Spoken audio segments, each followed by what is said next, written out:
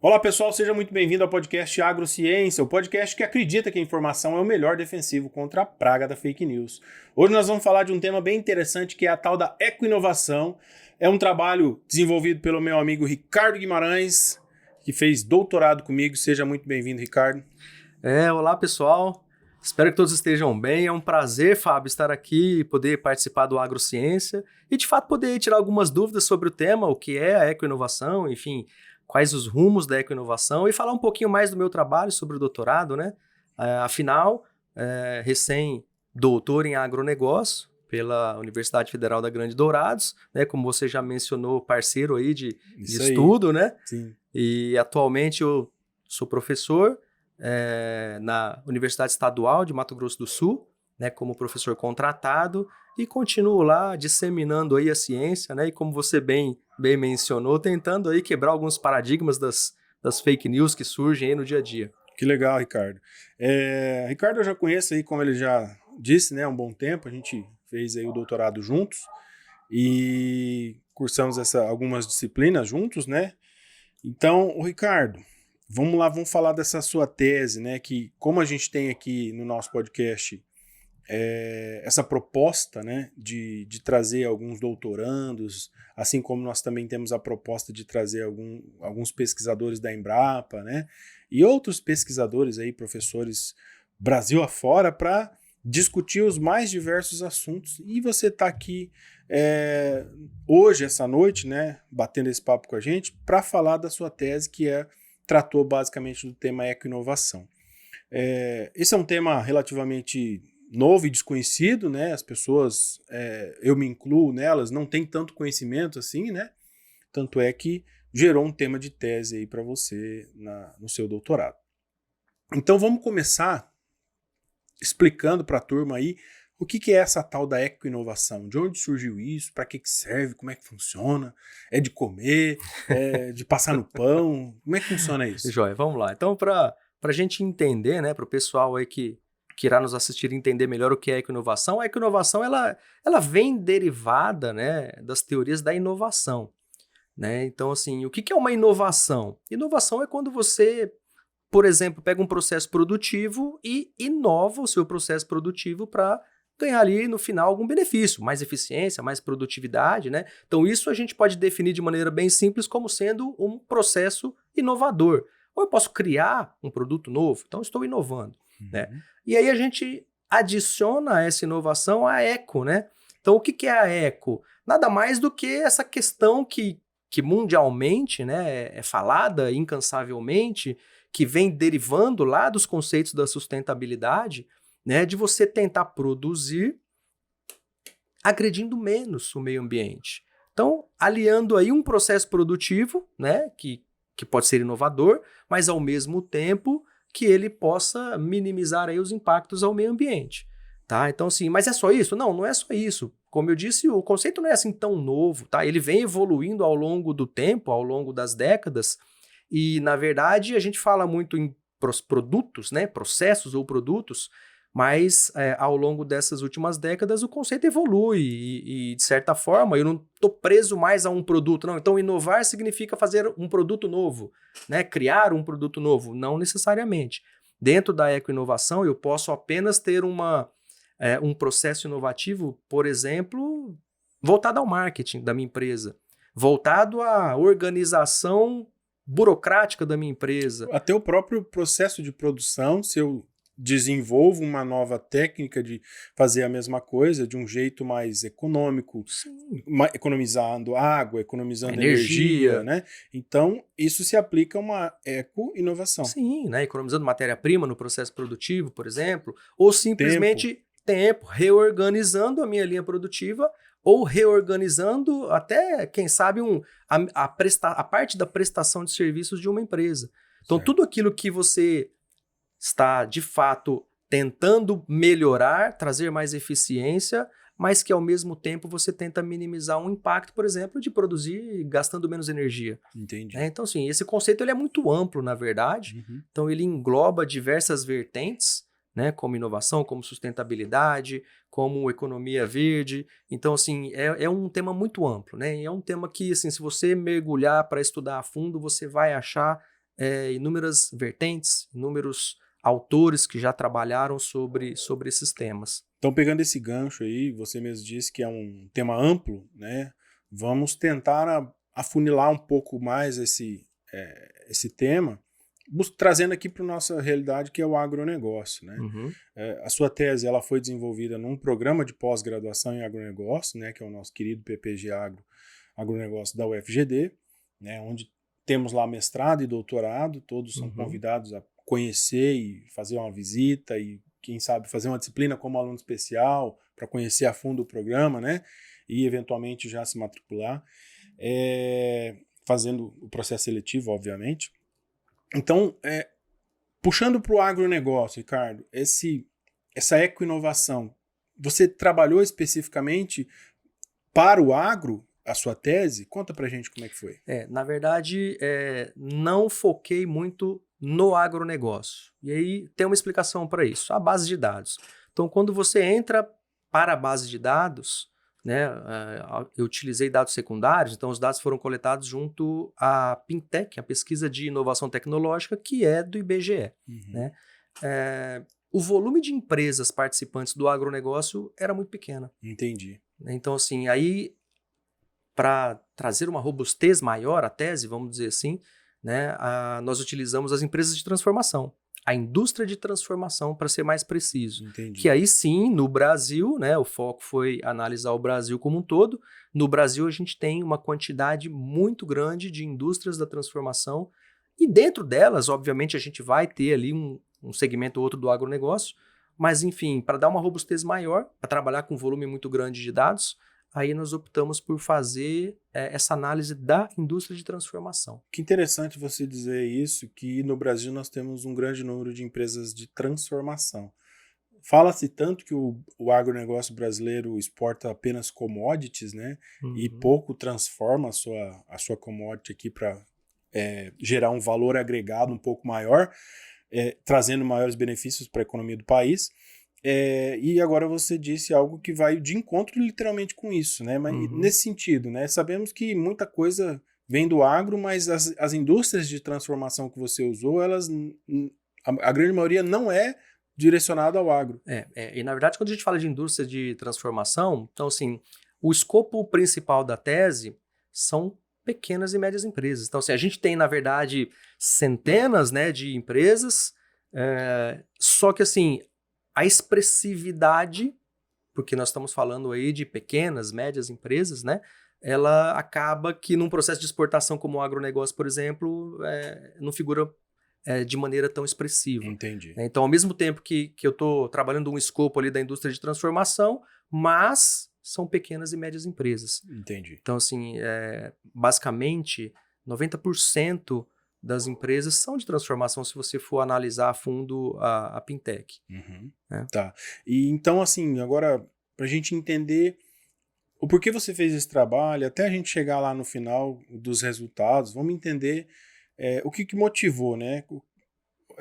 Qual foi o start, assim, a fagulha que você e o seu orientador, que foi o professor Régio Toesca Gimenez, né? Isso. Um grande professor, inclusive, do nosso programa aí, pesquisador, referência no mundo aí na área dele. Isso. Professor Régio. O que deu o start para vocês falarem, não, nós vamos trabalhar com ecoinovação, né? Problema de pesquisa. Certo. Na verdade, o start surgiu como uma indagação. Por que as empresas adotam a ecoinovação? Ou porque não adotam? Qual é o motivo? Ou por que não adotam? Qual é o motivo? O motivo é único e exclusivamente financeiro. Então, adotando ecoinovação, a empresa lucra mais? O objetivo principal de toda empresa, obviamente, é o lucro. Sim. Então, assim, a nossa indagação foi essa. Será que as empresas... Porque para você investir em ecoinovação, o custo é alto.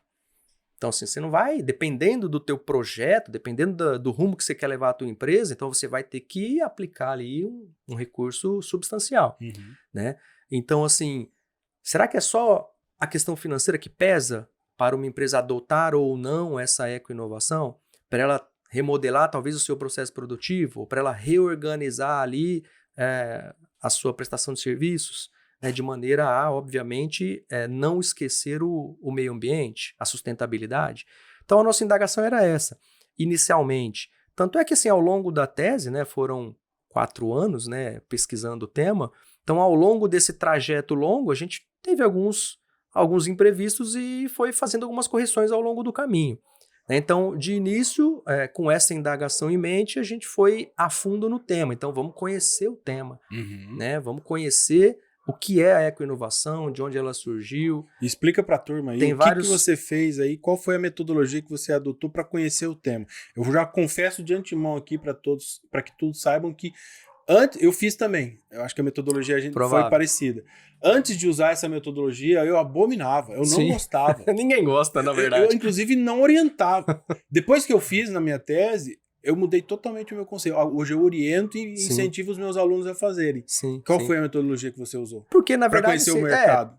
Tem fundamento, a gente, apesar de não gostar na época, né, e abominar essa metodologia, mas enfim, a gente acaba, como você disse, depois que você conhece, passa por aquele processo e conhece o resultado final, aí você muda de opinião. Você vê que vale a pena, né? É lógico, né? A metodologia foi a revisão sistemática. Então, assim, nada mais do que ler sobre o assunto, né? Pegar os principais autores, as principais publicações, fazer aquele apanhado geral das coisas, né? Porque aí você tem a cronologia dos fatos, você tem a evolução do conceito, você tem, por exemplo, os principais pesquisadores do assunto, então você consegue dar uma amplitude maior para o tema, né? Você não fica preso a 1 ou 2 conceitos apenas. Então, não, assim, não tem jeito, né, Ricardo, de você conhecer um assunto sem realmente ir a fundo e conhecer. E a melhor metodologia que temos hoje na literatura em geral é a revisão sistemática. É a pesquisa, a revisão. E ler muito. Com certeza, né? Ler bastante, ler muito e tentar fazer no final aquela análise crítica de tudo aquilo que você apurou, de tudo aquilo que você levantou. Então, basicamente o primeiro capítulo da tese, né? Ele foi dedicado a conhecer o tema. Então, conhecer o tema, de onde ele surgiu, para onde ele caminhou, para que a gente pudesse ter essa base teórica para dar os próximos passos. Né? Entendi. Então, agora que nós já conhecemos o que é a ecoinovação, você conseguiu identificar o que é, descreveu para todos nós aqui, mostrou qual foi o propósito desse estudo, né, que você desenvolveu. E aí, quais foram os objetivos? Vamos partir para os objetivos aí para a gente ir para a metodologia depois.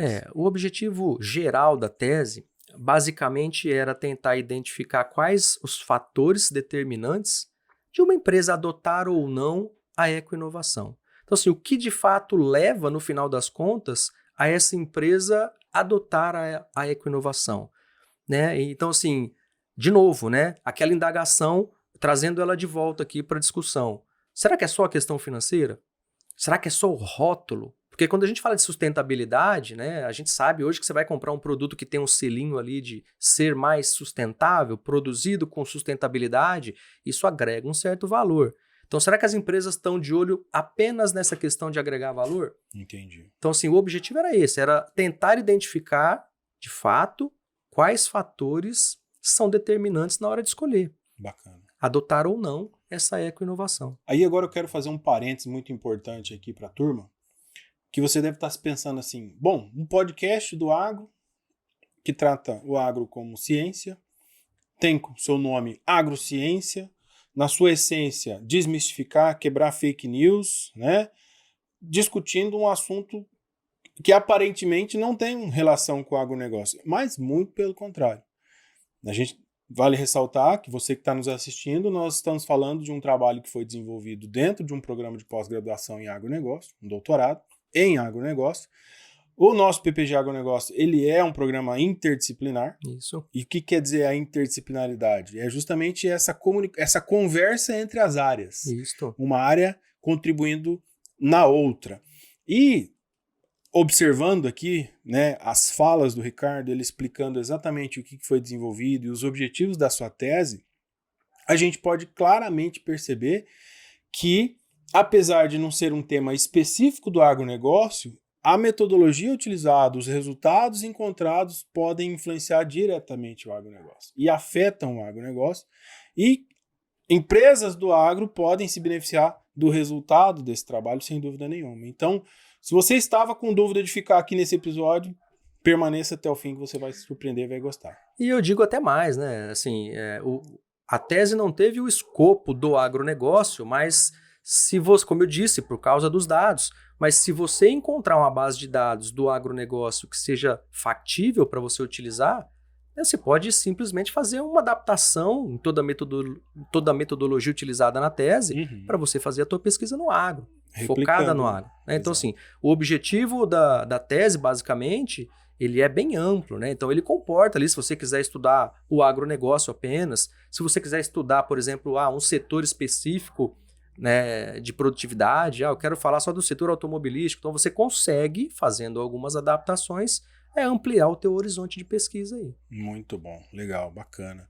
Eu quero pedir para o Rodrigo deixar nessa câmera aberta aí, aproveitando aqui que já nós estamos há um certo tempo batendo nosso papo aqui, e entregar aqui para o Ricardo, nosso convidado, uma canequinha, e aí que a gente preparou com muito carinho aí, em parceria com o Recanto do Criador, nosso apoiador, que está aparecendo na tela aí, inclusive. Maravilha, eu agradeço o presente já de coração. Para você aproveitar e tomar uma água, né? Joia. O Rodrigo, se você puder pegar uma aguinha para nós ali, por gentileza, até pra gente já estrear a caneca. Estrear a caneca aqui claro. do Ricardo aqui. Já fazer uma pose galã pra câmera. Continuar o nosso bate-papo aqui com o bico molhado, né? Justo. De água, por enquanto. É justo. Outro dia os caras vieram aqui, já pediram a Heineken. Falei, não, peraí, daqui a pouco vocês estão com a língua solta aqui. Deixa acabar o expediente. Eu acho que tem uma outra vermelha lá, Deixa acabar o expediente. Deixa acabar o expediente. Exatamente. Mas continuando aqui nosso bate-papo, o Ricardo, depois que você definiu então aí os objetivos, né, geral e específico, quais foram a metodologia mesmo específica para fazer esse levantamento de dados? Vamos trabalhar agora a metodologia, que eu acho que é uma das partes mais importantes aí da tese.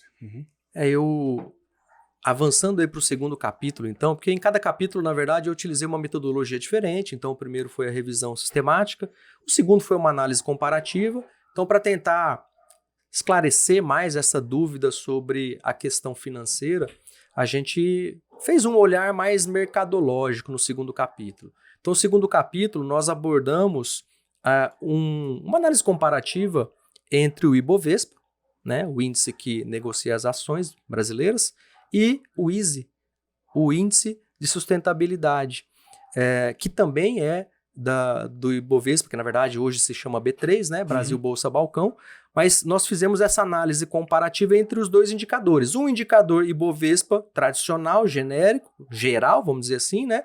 E o outro indicador mais específico para empresas que se autodeclaram que produzem, né, se autodeclarando com uma certa sustentabilidade. Então o ISE, ele, se não me falha a memória, ele começou em 2005, então já é um indicador que também já tem uma longevidade, né? Nós analisamos basicamente 10 anos de ISE e 10 anos de Ibovespa, né, para poder fazer essa análise comparativa.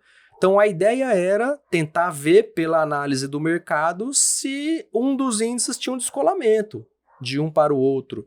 Porque quando a gente pensa, então sustentabilidade ou ecoinovação é um rótulo, então as empresas estão correndo para aderir, de certa forma, né, para serem cada vez mais sustentáveis, tá? Então a gente inicialmente partiu do princípio de que teria um descolamento, então que talvez os resultados do ISE seriam melhores do que os resultados do Ibovespa. Só que após a análise feita, basicamente nós descobrimos que não. Há alguns pontos em que o ISE se sobressai, mas aí dependendo do período, mas basicamente eles estão bem juntos, bem colados um no outro. Então, assim, aquela ideia de que vamos olhar para o mercado, vamos ver como é que o mercado aí de certo está precificando, né, essa sustentabilidade, essa ecoinovação. E aí, na verdade, a gente, com as informações que a gente conseguiu coletar na B3, a gente descobriu que não, isso não tinha um impacto muito relevante na hora de você comparar os dois indicadores. Mesmo porque, né, talvez a metodologia empregada não tenha sido a mais eficiente para fazer isso. Talvez seria interessante utilizar uma metodologia diferente, além da análise comparativa, né? Mas, enfim, os resultados nos apresentaram que os índices são ali mais ou menos equiparados. E aí aquela ideia de que não, o mercado vai precificar porque tem um rótulo e etc e tal, ela acabou meio que ficando de escanteio. Aí a gente partiu para o terceiro capítulo, que aí foi uma abordagem diferente, aí foi uma metodologia também diferente. E aí nesse terceiro capítulo, a gente trabalhou de fato os determinantes para a adoção da ecoinovação. Então aí a metodologia do terceiro capítulo foi uma regressão Probit, né? Então a gente levantou as informações lá na Pintec, aí a base de dados era extensa, era grande, para separar ali as empresas, vamos chamar ali as tradicionais, né? Ou aquelas que não fazem nenhum tipo de eco-inovação, das empresas que, segundo a própria Pintec, elas fazem algo dentro da eco-inovação. E na Pintec nós já temos uma certa classificação, tá? Então, empresas que se declararam que aquilo que eu fiz no intuito da eco-inovação não teve relevância, aquilo que eu fiz, aquele propósito que eu fiz teve uma baixa relevância, uma média ou alta. Esses dados a Pintec oferece. A Pintec oferece. Né? Então, assim, essa classificação já existe, ela já foi trabalhada por diversos autores. Então, a Pintec ela já distribui, né? Ela já disponibiliza essas informações. E aí, a literatura traz como as empresas que são eco-inovadoras, de fato, são aquelas que as atividades que você realizou, o impacto foi médio e alto. Uhum. Então, aí se considera que a empresa é eco-inovadora. Né? Se o impacto foi baixo ou não relevante, então você rotula ali como uma inovação tradicional. Só recapitulando aqui para eu, enquanto você toma a sua água, para eu ver se eu consegui entender. Esse impacto, você consegue mensurar ele de que forma? Pelos dados fornecidos na B3 e na Easy? Ou não? Não, aí a gente já saiu da B3 e da Easy, então o capítulo 2, B3 e Easy. Então o capítulo 2 foi bem um enfoque financeiro, digamos assim, mercadológico. Tá. Então nós analisamos ali os indicadores, algumas informações que a gente conseguiu na B3. Tá. Né? Mas aí informações de um grupo de empresas, um tradicional Ibovespa, outro mais voltado a essas questões sustentáveis que estão no Easy. Entendi. Então, só para comparar um com o outro. Isso, só para comparar então, os indicadores. Como é que eu sei agora se a empresa recebeu ou forneceu algum impacto de sustentabilidade ou alguma coisa nesse sentido a partir desses dados? Pelo capítulo 2, a gente não conseguiu diferenciar isso. Tá, aí fomos pro 3. Como é que você fez isso no 3? Isso, a gente entra no capítulo 3. No capítulo 3, agora, eu tiro o foco mercadológico e aí eu aplico um foco mais específico com uma base de dados mais específica que já foi produzida para, digamos assim, demonstrar o nível de inovação das empresas. Uhum. Então, a Pintec ela já tem uma base de dados muito ampla, inúmeras planilhas, inúmeras tabelinhas lá de Excel que estão disponíveis, né, no próprio site da Pintec. O último ano produzido foi 2017, então falta aí um pouco de atualização também na base de dados, né? Só que assim, é muito amplo, então tem muita informação de empresas, por exemplo, inclusive distribuídas por estados. Então você pode ir lá, vamos ver como é que está lá, quantas empresas tem no estado do Mato Grosso do Sul, né, que se declararam eco-inovadoras. Isso é autodeclarado? É autodeclarado. Tá. Né? Então aí você segue toda uma metodologia própria, né, que as empresas vão lá preencher os questionários, vão apresentar as comprovações, né? Então isso tudo é autodeclarado. Tá? E aí a Pintec tabula tudo isso e disponibiliza no sistema, né? Tá. Como base de dados secundários. Aí o Ricardo foi lá, pegou esse dado. Aí o Ricardo foi lá, fez o download de uma dezena de tabelas. Uma dezena, hein? Foi só uma dezena? E aí, quais foram os resultados que você encontrou a partir disso? Tá, cabe fazer um recortezinho aqui. Então, dentro do capítulo 3, nós tivemos 2 momentos, né?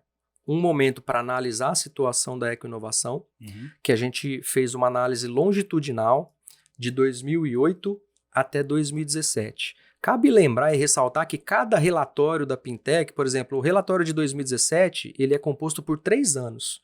Então, né, 2017, 16, 2015. Então, a gente analisou aí pouco mais de 12 anos, né, de Pintec, tá? De 2008 até 2017. Cada relatório são 3 anos ali dentro. Então, no primeiro momento, a gente quis saber que tipo de inovação era mais utilizada, o que as empresas estavam fazendo, como é que foi essa curva de 2008 para 2017. Então, de 2008 para 2014, o volume de empresas eco-inovando aumentou ao longo desses 3 primeiros relatórios, 2008, 2011, 2014. E teve algum fator motivador para isso? Então, na verdade, existem várias explicações, né?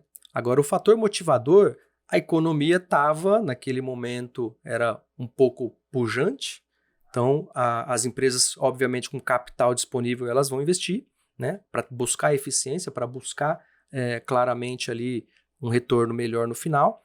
Então, o cenário todo era favorável e as empresas, de fato, estavam tentando melhorar os seus processos produtivos. O último relatório, 2017, que aí compõe, né, como eu disse, 17, 16 e 15, a gente teve aquele cenário político conturbado, né, que acabou influenciando negativamente nos resultados do último relatório. Né? Por isso, seria muito interessante dar continuidade para ver o próximo relatório que a Pintec vai soltar, né, para ver como é que as empresas se comportaram aí de 2017 até hoje. Tá? Então, assim, estou aguardando ansiosamente. Aí a gente vai pegar uma pandemia no meio. Né? Aí a gente pega é verdade, bem lembrado. Aí na hora que o cenário começa a engatar uma quinta marcha ali, ó, vem a pandemia e a gente tem outro cenário de queda. Possivelmente é isso que a gente vai perceber quando os dados forem se tornarem públicos. Né? Então, nesse primeiro momento, foi um parecer em cima da Pintec. Então, por exemplo, que tipo de eco-inovação as empresas mais fazem? Então, elas vão fazer eco-inovações de produto, ou de processo, ou de organizações, ou de marketing. Então, são os 4 itens ali que mais sobressaíram, né? Entendi. Por volta aí de 30%, 34% das empresas. Então, elas focam mais em melhorar o seu processo produtivo, ou o seu produto, né? Melhorar o seu marketing ou a sua organização. E o foco dessas empresas que buscam a melhoria no seu processo, enfim, no seu marketing, enfim, elas buscam um selo, algo que vá dizer para o mercado que elas realmente fazem aquilo e aquilo vai trazer algum benefício na frente? Por mais que não dá para cravar, não, elas buscam um selo. Isso, na verdade, acaba sendo uma consequência, né? Então, assim, você está ali alinhando toda a sua estrutura, todo o seu processo produtivo, toda a sua organização empresarial, porque, obviamente, você busca um determinado fim. Né? Então, assim, não dá para você dizer que é só a busca do selo, mas é claro que tudo isso agrega valor a uma marca. Então, uma marca que produz de maneira mais sustentável, ela pode até se dar ao luxo de cobrar mais caro no seu produto. Mas a pergunta que eu quero chegar é justamente essa. Existe algum recurso, algum selo, sei lá, qualquer coisa que diz que a empresa ela tem mais eco-inovação do que o seu concorrente? Não, digamos não. Assim? Selo não. Não tem nada que vá dizer ao mercado que uma empresa usa de artefatos de eco-inovação a mais do que outra. Não tem. Ela que vai dizer nas suas estratégias mercadológicas, na sua estratégia de marketing, resultados das suas ações. Claro. Ela que vai ter que acabar propagando tudo isso que ela está fazendo, né? Toda essa inovação sustentável que ela está se cercando, para que, obviamente, o teu público, né, agregue esse valor que ela busca. Mas hoje em dia, quando a gente fala bastante de crédito de carbono, né, sustentabilidade, selo de origem, selo de indicação de origem geográfica, bem-estar animal. Então, são argumentos, né, Ricardo? Poderosos que podem ser usados como estratégia mercadológica, né? Com certeza. E sem dúvida nenhuma, a eco-inovação também poderia ser utilizada. Poderia ser. E se tivesse uma instituição, um órgão ou algo que regulamentasse e dissesse isso para o consumidor, para as empresas, desse algum subsídio, talvez, né?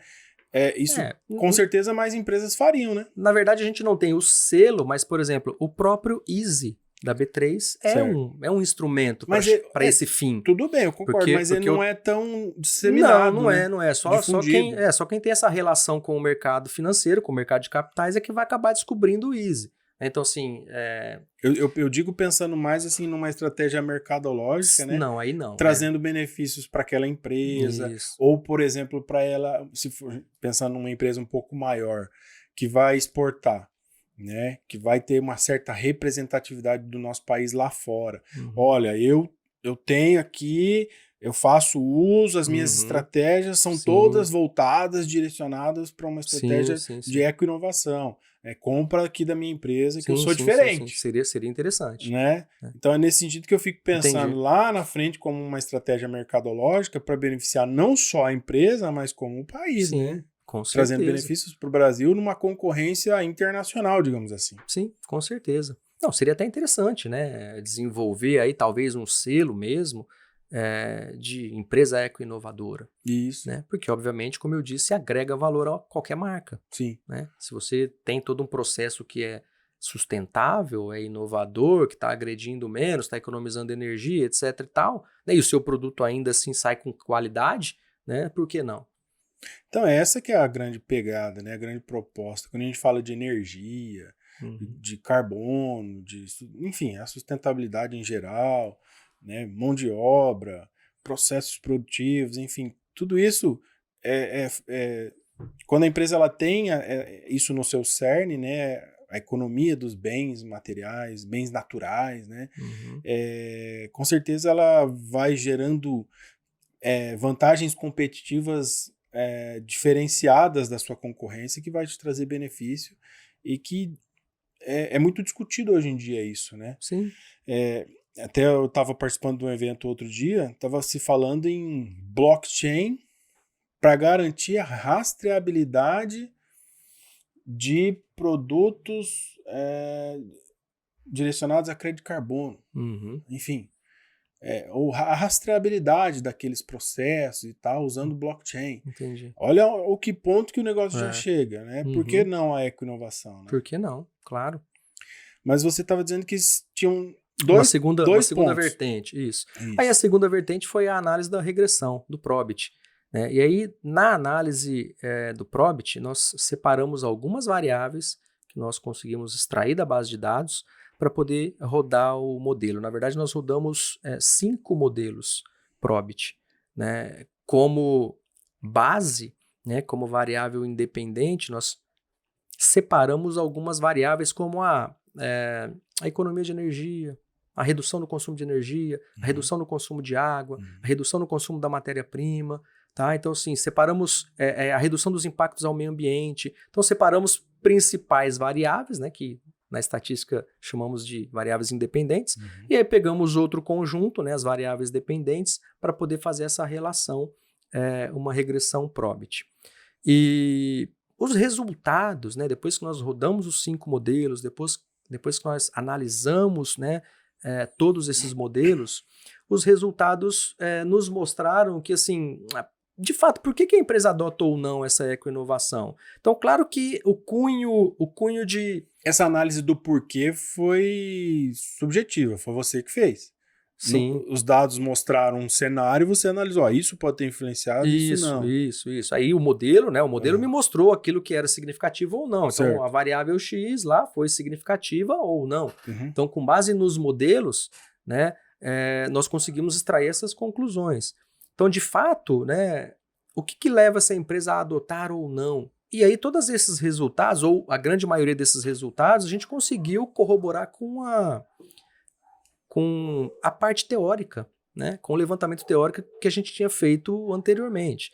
Tá? Então, assim, essas variáveis todas, em algum momento, surgiram em alguns outros artigos, em alguns outros textos, e nós agregamos tudo em um só, né, para poder fazer a nossa análise. Então, de fato, o que a gente conclui disso? Que, por exemplo, uma empresa ela adota a eco-inovação porque ela quer um processo produtivo mais eficiente. Então, uma capacidade produtiva mais eficiente. Ou ela quer um produto melhor, que se descole do seu concorrente. Então, assim, foram inúmeras variáveis. Basicamente, a gente analisou 13 variáveis dependentes, né? Então, dentre essas variáveis, aquelas questões de processo produtivo, elas foram mais relevantes. Aquelas questões, por exemplo, de aliar o seu processo produtivo, por exemplo, a buscar uma ajuda de uma universidade para melhorar o seu processo produtivo, um relacionamento, né? Uma parceria. Então, uma parceria, um relacionamento, né, com outras instituições também foi relevante. Que legal. Então, questões de regulação, né? Então, assim, você vai produzir para minimizar, por exemplo, os impactos ambientais, então tem toda uma regulação ambiental por trás disso. Então, a regulação ambiental ela é um fator positivo ou negativo, né, nesse processo todo. Então, a maioria das vezes, a regulação ela é um fator negativo. Então, porque a empresa não quer encarar todo aquele processo burocrático. Então, você está querendo dizer que a legislação vigente, ela favorece que as empresas busquem a eco-inovação. De certa... Ou ela estimula, ou as empresas buscam a eco-inovação para atender a legislação. A princípio, a gente olha a regulação como um entrave, né? Porque se você fala a palavra regulação, você lembra de burocracia. Uhum. E burocracia, normalmente, não é todo mundo que está disposto a romper essa barreira burocrática, né? Mas com os resultados do trabalho, com os resultados do modelo, né, econométrico, nós concluímos que essa questão regulatória, ela, na verdade, ela acaba sendo até um estímulo para a pessoa ir lá e produzir a semelhança do selo. Então eu vou vencer aquela barreira porque, obviamente, eu tenho a condição de me tornar mais sustentável, sim, mais ecológico. Tá. Né? Então a regulação, no final das contas, ela acabou sendo um estímulo de maneira positiva. Entendi. Né? Então essa questão regulatória ela acabou sendo vista com bons olhos. Né? Então, assim, o que de fato as empresas buscaram, além do seu processo produtivo melhor, elas também buscaram parcerias para você poder evoluir o seu processo, seus produtos, seus processos, né? E elas também buscaram vencer algumas barreiras como o ato regulatório. Tá. Né? Então, em todos os modelos, na grande maioria das variáveis que nós analisamos, elas tiveram positividade, né? Elas foram variáveis que estatisticamente elas eram, tinham força, né? Tá. Elas eram significativas. Sim. Isso, justamente. Tá? Então, assim, e os modelos eles não fugiam muito às respostas uns dos outros. Então, os 5 modelos, eles meio que conversavam entre si. Convergia, né? Sim, com pequenas diferenças, mas pequenas mesmo, só que a base de todos esses 5 modelos, elas convergiam para a mesma direção. Que interessante, cara. Tá, muito bom. E agora a gente precisa entender qual foi o principal resultado, assim, que você encontrou. Falou, não, é isso aqui. Os caras buscam a inovação por esse ponto. Esse é o grande motivo, é o grande diferencial. Certo. Das 13 variáveis que poderiam explicar essa adoção ou não por parte das empresas, como eu disse, todos os modelos convergiram para basicamente a mesma direção. Então, assim, quando você reduz, né, consumo de energia, consumo de água, consumo de matéria-prima ou horas trabalhadas, então quando você vai reduzindo o seu processo produtivo para ter benefícios futuros, então isso foi um ponto extremamente positivo. Então as empresas elas buscam de fato isso. As empresas buscam também informações que podem ser de dentro da própria empresa, informações internas, ou também de fora dessas empresas, informações que vêm das parcerias, que vêm de outras instituições que vão também somar e agregar. Uhum. A produção foi um fator extremamente positivo. Então, assim, um produto melhor, um processo melhor, uma organização melhor. Então, todos esses fatores convergiram para que a empresa decida, né? Não, eu vou sim adotar uma eco-inovação, um processo eco-inovador, porque os ganhos que eu tenho, né, na visão do próprio empresário são ganhos positivos, são ganhos bem expressivos. Entendi. E tem alguma empresa assim, Ricardo, agora mais curiosidade mesmo, que você identificou lá ou não vem a identificação da empresa? Não vem a identificação. Na verdade, a base de dados, ela, como eu disse, ela é bem ampla. Só para você ter uma ideia, a análise dos modelos, né, do terceiro capítulo em si, foram pouco mais de 34 mil empresas. Nossa. Então não dá para ficar olhando o nome. Mas vem o nome da empresa? Não vem. Tá, não vem. As tabelas vêm sem nomes. Código só, né? É código, elas vêm por região, ou Brasil, ou por estado.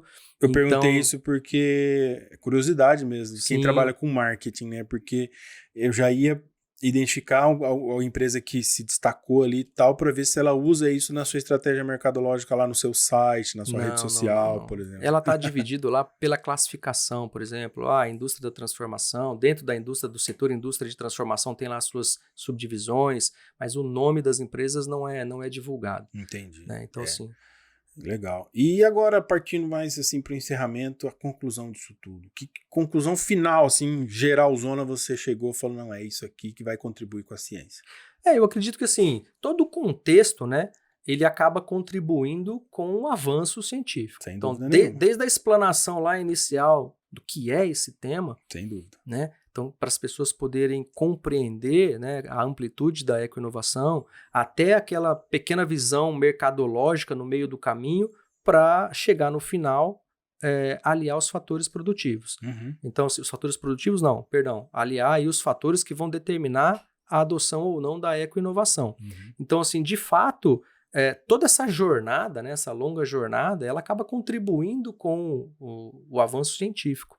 E aí, quem quiser olhar mais especificamente, né, falando do terceiro e último capítulo, então, assim, esses determinantes que nós modelamos, né, pela econometria e que nós acabamos encontrando. Então, aquelas variáveis determinantes, né, que acabam auxiliando, sim, na tomada de decisão aí do gestor de uma grande empresa ou de uma pequena ou média empresa, né, para a gente não rotular só que não, a inovação é feita nas grandes empresas. Não, pelo contrário, nas pequenas e médias empresas também, e elas são a maioria.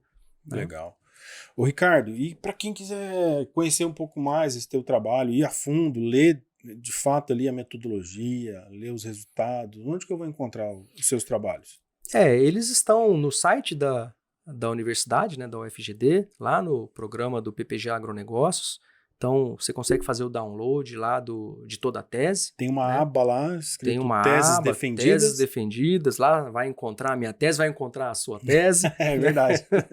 E lá o pessoal pode acessar e ler de ponta a ponta, né, para compreender melhor os detalhezinhos, né, que envolvem todo esse processo. Sim, É e processo... você estava comentando nos bastidores aqui que 2 trabalhos você já publicou, né? Isso. E 1 você já submeteu, Isso. O terceiro você submeteu e está aguardando. Isso. Isso, Capítulo... revistas internacionais. Capítulo 1 e 2 foram para revistas internacionais, né? Foram traduzidos para o inglês e já publicados.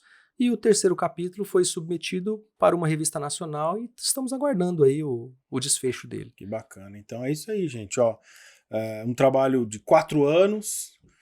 Você teve o Régio como orientador? Teve algum co-orientador? Não, só o professor Régio mesmo. Sim. Então foi Então uma dupla. Foi um trabalho a 4 mãos, né? Uma dupla sem dúvida que nenhuma. resultou aí nessa tese. É isso aí, que legal. Parabéns, acima de tudo, Ricardo, aí pela tese, pelo título, né? E pelo trabalho desenvolvido aí em prol da ciência, como o professor João, que já esteve aqui 2 vezes, ele sempre fala, né, que o acadêmico que faz ali mestrado ou doutorado, se ele não contribuir com um pouquinho para o desenvolvimento da ciência, não precisava ter feito não faz sentido, pós-graduação, né? Então, sem dúvida nenhuma, com um trabalho brilhante como esse que você desenvolveu aí, junto com o seu orientador, sem dúvida nenhuma contribuiu bastante com a ciência do Brasil e do mundo. Então, mais uma vez, aí, parabéns. Em nome do podcast Agrociência, eu quero agradecer a tua presença aqui hoje, explicando e contando um pouco dessa experiência. E uma última dúvida. Quais foram os perrengues? Essa não pode faltar, né? Mas, o que foi o pior perrengue aí da perrengue tese? sempre tem, né? Assim, desde o início, como a gente falou lá atrás, né? Por exemplo, vencer o obstáculo daquela barreira de fazer uma revisão sistemática, né?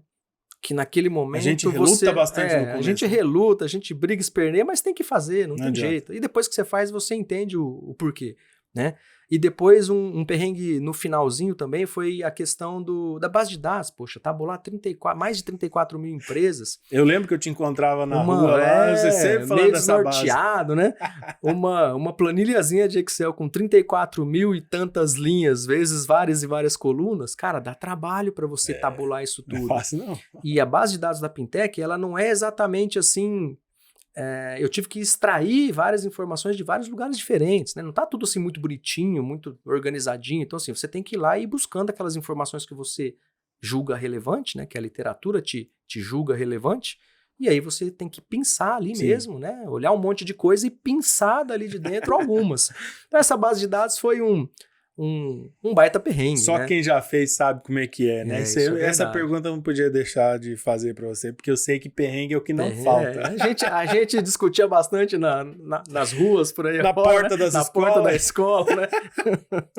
Mas enfim, passou, né? Graças a Deus passa. Já finalizou e agora é outra Agora é só colher os frutos disso tudo. Só colher os frutos e continuar no caminho. Com certeza. Com certeza você recebeu uma grande formação. Eu sou suspeito a falar porque eu também sou filho dessa casa, né? Então, com certeza, sem dúvida nenhuma, você saiu um ótimo doutor em agronegócios, que é o que importa nesse momento, né? Um grande programa de pós-graduação. Então, mais uma vez aí, para a gente encerrar e partir para os finalmente aqui, parabéns. Doutor Ricardo, né? Doutor Ricardo Guimarães de Queiroz. Esse é o nome da fera. Eu agradeço poder contribuir aqui com o podcast Agrociência, de coração. Fica aqui o meu muito obrigado pelo convite, tá? E pela parceria. Sabe que estamos juntos. É isso aí, uma grande honra para nós receber você. E é isso aí, gente, ó. Vocês viram, vocês sabem que aqui no podcast a gente fala bastante de agro, né? Hoje nós falamos mais de ciência. Então, não podemos deixar de falar de ciência. Sempre em todos os episódios a gente traz algumas pitadas da ciência em prol do agronegócio e hoje nós trouxemos bastante ciência e um pouquinho de agronegócio. Mas essa é a grande ideia do nosso trabalho, do nosso projeto, aqui do nosso podcast. E nós agradecemos então imensamente aí a sua presença, acompanhando o nosso podcast até o final. Para você que gosta desse assunto ou conheça alguém que se interessa por esse assunto, compartilha com seus amigos, com seus parentes, com seus colegas de graduação, de mestrado, de doutorado, para que eles conheçam um pouco mais e aprendam um pouco mais aqui com o nosso nobre amigo Ricardo. Beleza, pessoal? Então ficamos por aqui. Compartilha esse vídeo, curte aí, segue nas redes sociais e tamo junto. Obrigado, Ricardo. Um abraço, obrigado. Um abraço a todos. Até mais, gente. Tchau, tchau.